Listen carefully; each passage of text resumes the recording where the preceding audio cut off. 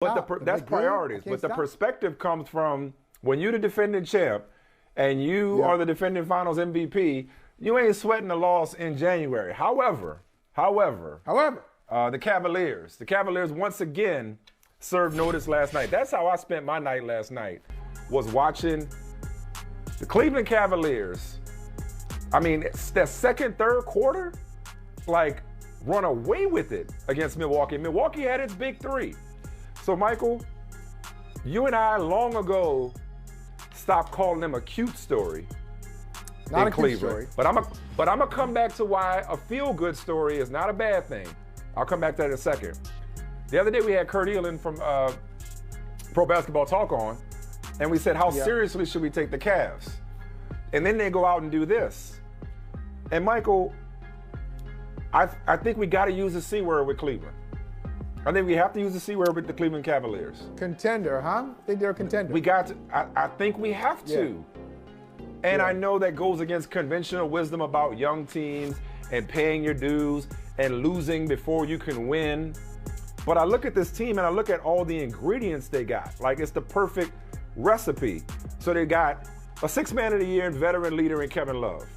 Here's Rajon Rondo doing that confusing thing that he does, where it's like you think he's done and washed, and now he's like fitting in perfectly. Okay? Right. So they got some veteran leadership and experience of people who've been there, done that, and gotten a t-shirt, right? Yeah. They may not have superstars, and the blueprint is like collect superstars to win a title, but they have a lot of star power. They may have two all-stars. Okay. They may have two all-stars in Garland and Allen. They probably, Love is in the conversation for sixth man of the year. Mobley's in the conversation for rookie of the year. Yeah, right? Yeah. They could end up getting Colin Sexton back. So we say, yeah, right. They got a coach of the year candidate too, just like we're saying with Memphis. He's in there. Absolutely. JB Bickerstaff. Bickerstaff's right there. Absolutely. You say, okay, they need another playmaker. They need a shot creator. Colin Sexton may end up coming back, depending on how far they go. They're the third best defensive team in the league. They're the best team in the league in terms of protecting the paint. Lauri Markkanen is hurt right now. And yet, last night I think was their 9th win in 11 games. And if they want to, they can get better. If they want to, they can get better. With Ricky Rubio's expiring contract and their draft picks, they can make a trade at the deadline. So, but before you go there, and we left it here with Kurt yesterday about, look, like, let's not spoil this awesome story by asking whether or not they can beat the Nets or the Heat or the Bucks or whatever, and they went to third place, a game and a half out of first place now in the East. But they could definitely beat the Nets. I think they. Anyway, go ahead. I think they can multitask. They can have a bright future and be a contender at the same damn time. Get you a team that could do both. And this team is a feel-good story, and this is why I come back to that. They're a feel-good story in that the other C word that I didn't use with them is chemistry. Again, they may not have this top-heavy star power, but they're deep. They share the ball. They got a top-of-the-league assist percentage. They share the ball. They defend. They play as a unit. Michael, all I could think of watching this team last night was Keith Sweat. They may be young, but they're ready. Ooh. There's a right and a wrong way to love somebody. No more daddy, little girl. All right, anyway.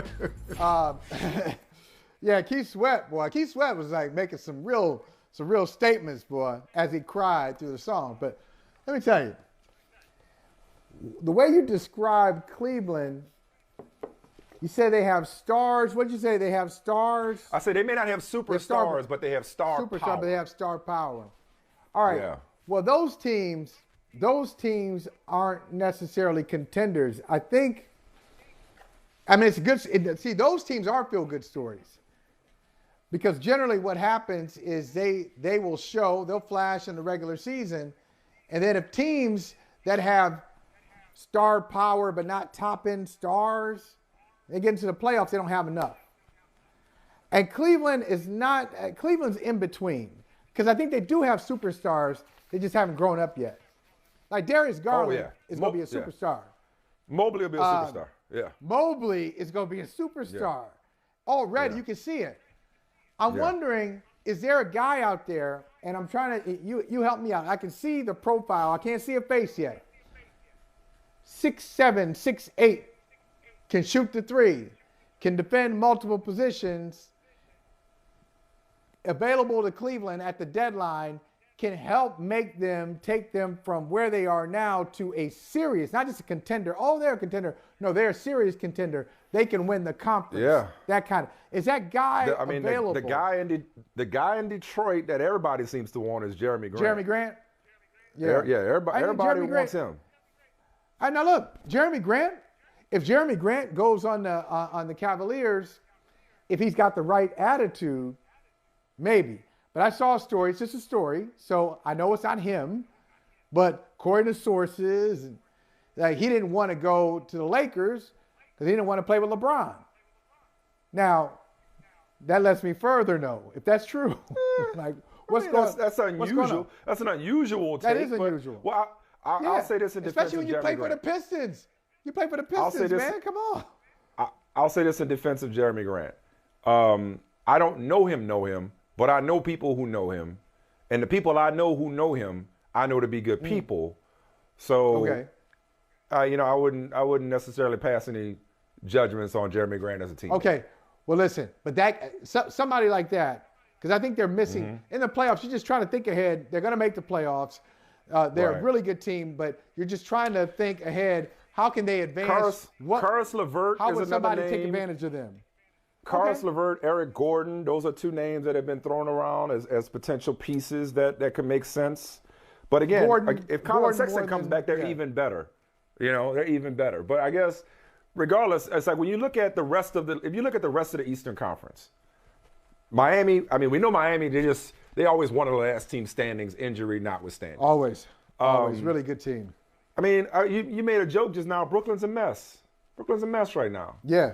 How you feel about that? And one of their three, not good. I'm surprised we haven't talked about it. I'm surprised we haven't talked about it yet. Why? You don't want to talk about it? You don't want to talk about Brooklyn? You want to say that? It's in the feed. It's in the feed. We'll save it for later. We got company coming. We'll save it for later. We'll bookmark that. We'll bookmark that. Okay. But Brooklyn's a mess. Chicago's good but injured right now. Chicago's good. I respect Chicago.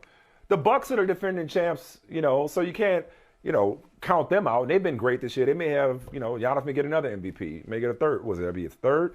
So, the Eastern Conference. But when you look at, we talked earlier about checking every box.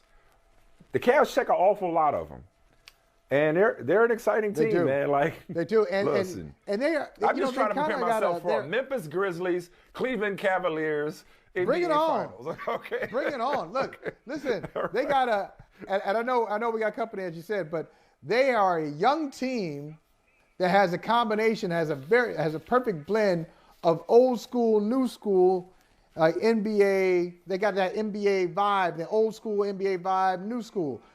Size. How many teams in the NBA have legitimate size? They say, oh, we don't need that. Yeah. We'll put a forward.